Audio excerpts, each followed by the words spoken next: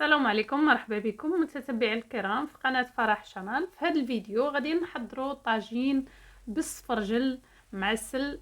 تيجي يا سلام. بقاو معايا نتعرفوا على المقادير وطريقه التحضير. غادي نحتاج هنايا السفرجل من بعد ما غسلناه. غادي نجيب واحد الجبانه وندير فيها الماء وندير فيها عصير ديال الحامض. هكا ما غاديش يكحل ليا السفرجل. كنقيو وكنحيدوا هذاك القلب القاصح والزريعه، كنخليه بالقشره ديالو كما كتشوفوا معايا. قطعته هنايا على 4، كل وحده قطعتها على 4، ولكن الحجم ديالهم راه متوسط، ما كبيرش وما صغيرش. من بعد ما كنقطعهم كندير لهم هاد الزواقه كما كتشوفوا معايا، ومباشره كنديرهم في هاد الماء مع الحامض باش ما يكحلوش. غادي نستمر بنفس الطريقه حتى نقي الحبات اللي عندي.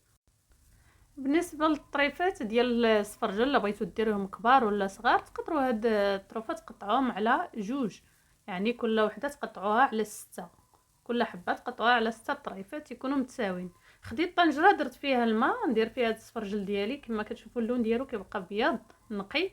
غادي نسمها بالقرفه، عندي هنا عواد القرفه، عندي القرنفل والمسكه الحره اللي توفرت عنده. انا اليوم ما توفرتش عندي ما درتهاش. غادي ندير الملح، غادي ندير كميه من السكر، ما غاديش نكثر، غندير شويه.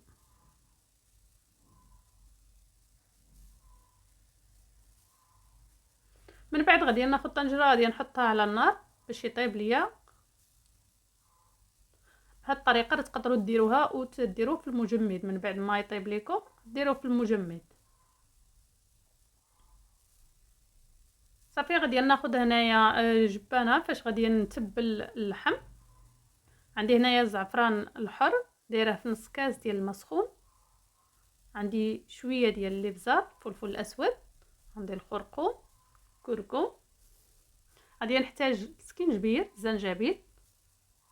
هاد المعالق اللي كنعبر بها راه صغيره راه ما كبيراش، والكميه ديال العطريه ديروا على حساب الكميه ديال اللحم اللي عندكم.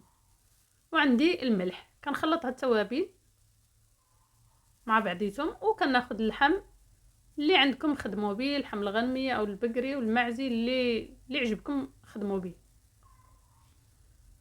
صافي كنتبل هاد اللحم وكنخليه يرتاح شويه باش كيتشرب لينا العطريه. كناخذ طاجين وكندير فيه كميه من الزيت، غنضيف عليها بصله مشلضه، بصله مشلضه رقيقه، قد ما كانت رقيقه قد ما تكون احسن. كنزيد عليها شويه ديال الملح وكنخليها تشحر في الطاجين. كنسد عليها وكنخليها تشحر، ما نخليوهاش حتى تحمر، غادي غير تبان لينا شويه واللون ديالها يتبدل يولي شفاف. خليوهاش تحرق، ردوا البال. غادي نضيف عليها اللحم،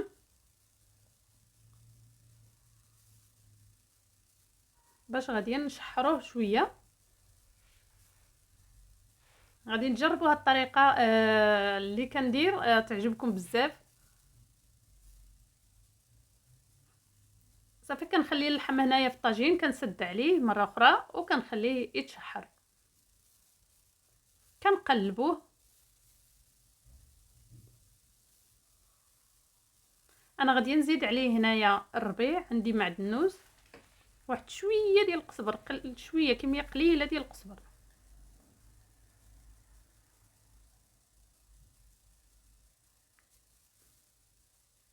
صافي وكنسد عليه ونخليه يكمل التشحر ديالو. من بعد ما تشحر لي الطاجين كيف ما كتشوفوا، هذا هو الشكل ديالو من يتشحر اللحم. غادي نضيف عليه شويه ديال الزبده. كتعرفوا الطاجين كيبغي شويه الوقت، الزبده كتهشش لينا اللحم وكطيبوا شويه بسرعه. هنا كنضيف القرفه، نسيت ما درتهاش مع التوابل. عندي القرفه هنايا بودر، قرفه مطحونه. وغادي نزيد عليه الماء سخون. طاجين ما نديروش فيه الماء بارد، نديرو فيه الماء سخون باش يطيب لينا اللحم. هنا عندي عود ديال القرفه. هاد الطاجين راه طيب على طيبه الحلاوه، تيجي شي حاجه زوينه بزاف. غادي نسدو على الطاجين نخليوه يطيب ونرجعو نشوفو السفرجل.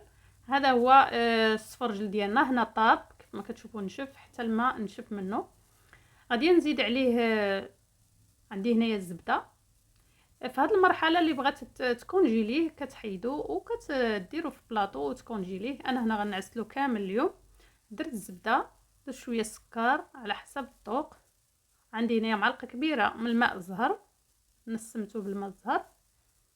وغادي نحتاج المرق اللي خديته من الطاجين كيف ما كتشوفوا معايا.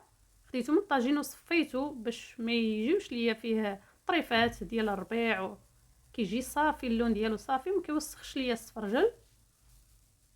كنضيفو حتى هو كيتعسل فيه وكنخليه السفرجل يتعسل في هذه المريقه مع السكر مع الماء الزهر. واحد الريحه طالعه منه زوينه ديال الماء الزهر من السم بالقرفه وقرنفل. تيكون هذا هو الشكل ديالو. من بعد ما طاب كنرجع للطاجين. كيكون عندي هنايا وجد اللحم طاب، غادي نضيف ليه السفرجل وغادي نخليه واحد 10 دقائق تقريبا كيطيب في الطاجين. هو راه طيب، غير كنزيد عليه شويه ديال لاصوص. هاد لاصوص اللي عندنا مع السفرجل كنضيفو في الطاجين صافي. كنخليه هنايا من 5 حتى 10 دقائق وغادي نطفي عليه غيكون الطاجين واجد.